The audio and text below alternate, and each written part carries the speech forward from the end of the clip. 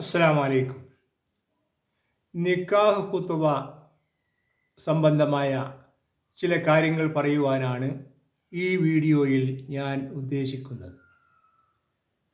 നബി സല്ലല്ലാഹു അലൈഹി വസല്ലമക്ക് അള്ളാഹു ഇറക്കിക്കൊടുത്ത ഖുർആൻ, അതിൻ്റെ പരിചയപ്പെടുത്തലും അതിൻ്റെ കർമ്മങ്ങളും കാര്യങ്ങളുമൊക്കെയും കാണിച്ചു കൊടുക്കുകയും ചെയ്ത് അതെല്ലാം സഹാബികളെ കൃത്യമായി പഠിപ്പിച്ച് അവസാനം 23 വർഷത്തിന് ശേഷം ചരിത്രപ്രസിദ്ധമായ ഹജ്ജത്തുൽ വിദായിൽ ആയിരക്കണക്കിന് ആളുകൾ പങ്കെടുത്ത ഒരു സമ്മേളനത്തിൽ വെച്ച് ഇന്നേ ദിവസം നിങ്ങൾക്ക് ഞാൻ ഈ മതം പൂർത്തീകരിച്ചു തന്നിരിക്കുന്നു, നല്ലത് എന്ന നിലയിൽ നിങ്ങൾ ഇതിലേക്കൊന്നും കൂട്ടിച്ചേർക്കരുത്, മോശം എന്ന നിലയിൽ ഒന്നും വിട്ടുകളയുകയും ചെയ്യരുത് എന്ന ഒരു ഉപദേശവും കൊടുത്ത ശേഷം ആ വർഷം തന്നെ പ്രവാചകൻ വഫാത്താവുകയുണ്ടായി.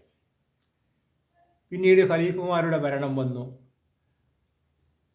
കാലങ്ങൾ മുന്നോട്ട് പോയപ്പോൾ പല ഇമാമുകളും മുഫസ്സിറുകളും എല്ലാം ഇതിലൊരു ഗവേഷണവുമായി വരികയും കുറച്ചുകൂടി ഈ മതം പ്രവാചകന് കാണിച്ചു തന്ന മതത്തിൽ ഒന്ന് ബലപ്പെടുത്തുവാൻ ചില ഗവേഷണങ്ങൾ നടത്തി ചില കാര്യങ്ങൾ അവരുടേതായ അഭിപ്രായങ്ങൾ ഇതിൽ പറഞ്ഞു വെക്കുകയും ചെയ്തിട്ടുണ്ട്.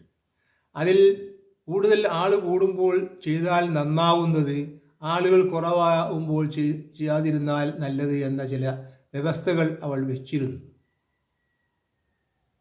കാലം മുന്നോട്ട് പോയി.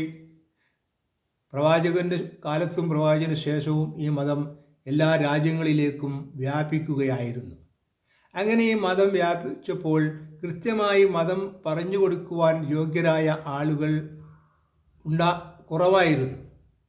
ഈ മതത്തിൻ്റെ ലാളിത്യവും അതിൻ്റെ ഉച്ചനീചിത്വമില്ലായ്മയും കറുത്തവനോ വെളുത്തവനോ എന്ന വ്യത്യാസമില്ലായ്കയും ഒരേ സ്വപ്പിലിരുന്ന് നമസ്കരിക്കുവാൻ എല്ലാ വിഭാഗക്കാർക്കും സാധിക്കുകയും ഒരേ പന്തിയിലിരുന്ന് ഭക്ഷണം കഴിക്കാൻ കഴിയുകയും ചെയ്യുന്ന ഒരവസ്ഥയും, അതോടൊപ്പം ഈ മതം നിങ്ങൾക്ക് പ്രയാസത്തിനുള്ളതല്ല എന്ന ഖുർആൻ്റെ ആയത്തിലും പ്രവാചകൻ പഠിപ്പിച്ചതിലും എല്ലാം കണ്ടപ്പോൾ ഈ മതത്തിലേക്ക് പല നാടുകളിലുള്ളവരും പെട്ടെന്ന് ആകൃഷ്ടരാവുകയായിരുന്നു. എന്നാൽ അവിടെ പല പ്രശ്നങ്ങളും ഉണ്ടായപ്പോൾ എല്ലാത്തിനും പരിഹാരം പറഞ്ഞു കൊടുക്കാൻ അവിടുത്തെ ആളുകൾക്ക് സാധിക്കാതെ വന്നപ്പോൾ അവർ നേരത്തെ ഉണ്ടായിരുന്ന അവരുടെ വിശ്വാസത്തിൽ നിന്ന് ചില കാര്യങ്ങളും കൂടി കൂട്ടിച്ചേർത്ത് ആണ് അതവിടെ പൂർത്തീകരിച്ചു കൊടുത്തത്. അങ്ങനെ അവർ അവരുടെ പഴയ വിശ്വാസത്തിൽ നിന്ന് കൂട്ടിച്ചേർത്തതും ഈ മുഫസ്സിറുകളും ഇമാമുകളും ഒക്കെ അഭിപ്രായപ്പെട്ടതും എല്ലാം ചേർന്ന ഒരു മതമാണ് ഇന്ന് നമ്മുടെ മുമ്പിലുള്ളത്. പ്രവാചകൻ പറഞ്ഞതും അതിലുണ്ട്, പ്രവാചകൻ ഇമാമുമാർ നിർദ്ദേശിച്ചതും അങ്ങനെ പല ഗവേഷണത്തിലും കണ്ടെത്തിയതും എല്ലാം ഇന്നതിലുണ്ട്. പ്രവാചകൻ എല്ലാ കാര്യത്തെ സംബന്ധിച്ചും മതത്തിൽ, ഇസ്ലാം മതത്തിൻ്റെ പ്രത്യേകത, മതത്തിൻ്റെ എല്ലാ കാര്യങ്ങളും, നഖം വെട്ടുന്നതിനെ സംബന്ധിച്ച്, ബാത്റൂമിൽ പോകുമ്പോൾ ഏത് കാല് വെച്ച് പോകണം, തിരിച്ചു വരുമ്പോൾ ഏത് കാല് ആദ്യം വെക്കണം തുടങ്ങി എല്ലാ കാര്യങ്ങളും പ്രവാചകൻ പഠിപ്പിച്ചിട്ടുണ്ട്. അതാണ് ഇസ്ലാം. ഈ മതം മറ്റുള്ളവർക്ക് അത്ര എളുപ്പത്തിൽ ദഹിക്കാതിരിക്കാൻ കാരണം അവരുടെ മതത്തിൽ ഇങ്ങനെ എല്ലാ കാര്യങ്ങളെ സംബന്ധിച്ചും പറഞ്ഞിട്ടില്ല. മുസ്ലിങ്ങൾക്ക് ഭക്ഷണ രീതിയിൽ ഹലാൽ ഭക്ഷണം വേണം, അവരുടെ വസ്ത്രരീതി, ധാരണരീതി എല്ലാം വ്യത്യസ്തമാണ്. അതുകൊണ്ടാണ് എവിടെയും മുസ്ലിങ്ങളും എവിടെ ചെല്ലുമ്പോഴും പ്രശ്നമുണ്ടാക്കുന്നു എന്ന് പറയാൻ കാരണം അവർ ഈ മതത്തിൻ്റെ ചിട്ടകളൊന്നും കണ്ടിട്ടില്ല. അവർ ഒരു മതത്തിൽ നേരത്തെ ഉണ്ടായിരുന്നു, ആ മതം അവരുടെ കൂടെ ഉണ്ടെങ്കിലും അവർക്കിഷ്ടമുള്ളതെല്ലാം ചെയ്യാനുള്ള അവസരം ആ മതത്തിൽ ഉണ്ടായിരുന്നു. അങ്ങനെ ഒരു സ്വാതന്ത്ര്യം ഇസ്ലാം മതത്തിലില്ല. ഇസ്ലാം മതത്തിൽ ഏത് കാര്യം ചെയ്യണമെങ്കിലും അതിൻ്റെ മതപരമായ ഒരു വിധി ഉണ്ടാകണം. അത് പ്രവാചകൻ പറഞ്ഞതായിരിക്കണം, ഖുർആനിലുള്ളതായിരിക്കണം, ഹദീസിലുള്ളതായിരിക്കണം എന്ന ഒരു നിബന്ധനയുണ്ട്.